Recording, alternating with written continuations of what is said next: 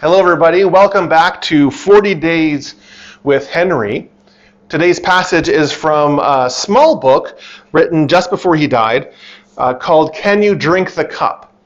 Now this book is based on that question that Jesus asks James and John when they ask to sit on his left and his right of his kingdom. Jesus asks them, well, can you drink the cup that I am going to drink?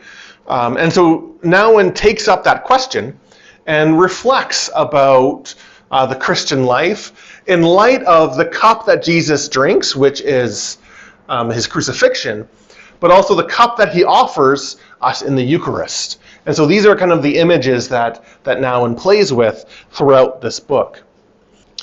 Henry writes, "In the midst of the sorrows is consolation. In the midst of the darkness is light. In the midst of the despair is hope. In the midst of Babylon is a glimpse of Jerusalem. And in the midst of the army of demons is the consoling angel. The cup of sorrows, inconceivable as it seems, is also the cup of joy. Only when we discover this in our own life can we consider drinking it." So just a small passage today, but it's really, really deep, I think. You know, often in the Christian life, we talk about, humility and meekness. The meek will inherit the earth.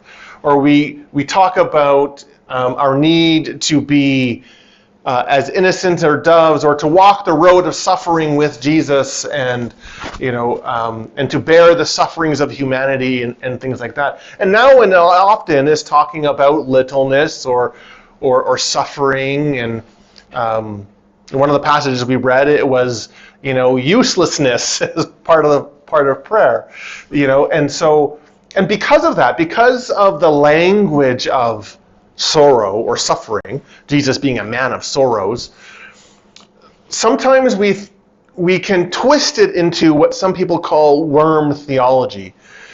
That we just, we are so down focused that we glory in our misery, and we go out of our way to make ourselves miserable. And Nouwen sometimes gets charged with this. Sometimes he gets charged with the language that he writes here, or with the book The Wounded Healer. Sometimes he gets charged, and I think not rightly, but he gets charged with glorying in our own woundedness and cultivating this sense of, oh, woe is me kind of thing, and the worse I am, the more holy I am. But that's not what Nouwen is saying whatsoever. What Nouwen is trying to get at is that the very nature of our Christian life, by which we follow Jesus, naturally brings with it a sense that we are following him to the cross. Jesus says, "Take up your cross and follow me." And so the Christian life naturally brings with it a sense of rejection from the world, or rejection from others, and a willingness to be bold in sharing the suffering of others. Because that's what Jesus did. And we can't deny that whatsoever. And so this is what obviously Nouwen did in his life, where he rejected the prestige of Ivy League schools to go be a chaplain to a small community in Toronto. And that, in some sense, can you drink this cup? Nouwen is saying that cup that we are called to drink is a cup where we embrace, in some sense, that littleness, that sorrow of this world and the sorrow of others, and we take that into our lives as Jesus takes our sorrow into his. And yet notice what he says in this passage, though. Because we don't stay in suffering. We don't stay in sorrow. And in some sense, the sorrow and the suffering and all that, that's not the focus.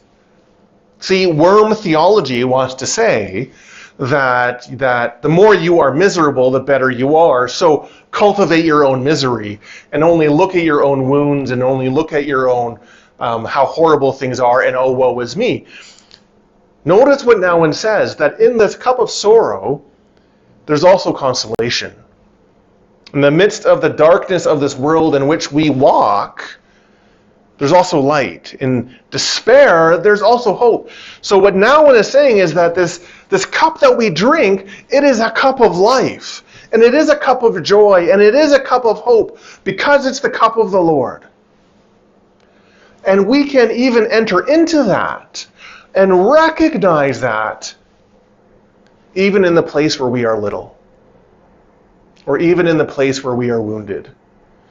Or even in the place where all is dark or discouraged, or we may be tempted to not have hope. It's even there that we can find life that bursts out of the grave, because that is where Jesus is.